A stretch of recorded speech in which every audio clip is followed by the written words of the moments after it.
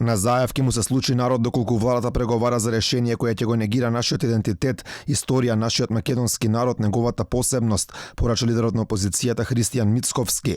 Тој вели дека не смее да се преговара за македонските национални херои, но и за откажување од малцинството во Бугарија. Мицковски најави дека ќе му стегне раката и честита на Заев, доколку преку преговорите успее да ги заштити националните интереси на Македонија. Ние како нација и држава не можеме да прифатиме да се само порекнеме или само одречеме по секоја цена. Јас би рекол по ниту една цена.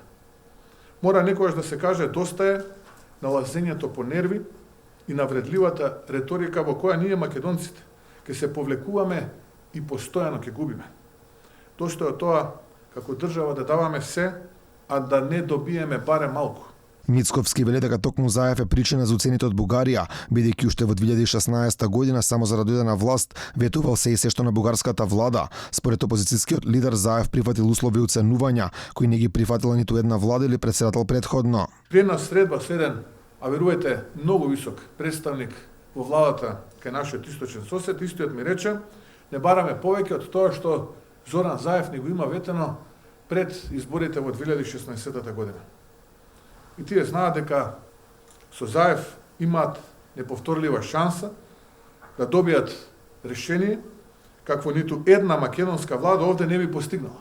Мицковски вели дека Заев мора да биде чесен и отчетен пред граѓаните и да каже зашто преговара со Бугарија. Заев и владата преговараат без при тоа да имаме општ политички консензус внатре за едно вакво важно прашање. И затоа, меѓу другото, барав лидерска средба на која ќе дискутираме и за преговорите со Бугарија, и затоа беше важно заеднички да настапиме. Затоа што не може еден човек да разговара во името на сите и да мисли дека може да прифаќа нон-пейпери кои никогаш не сме ги анализирали. Лидерот на ВМРО ДПМН изрази надеж дека сепак во декември ќе се одржи првата меѓувладина конференција, велејќи дека Македонија тоа го заслужувала и Европската унија го должела тоа на македонските граѓани.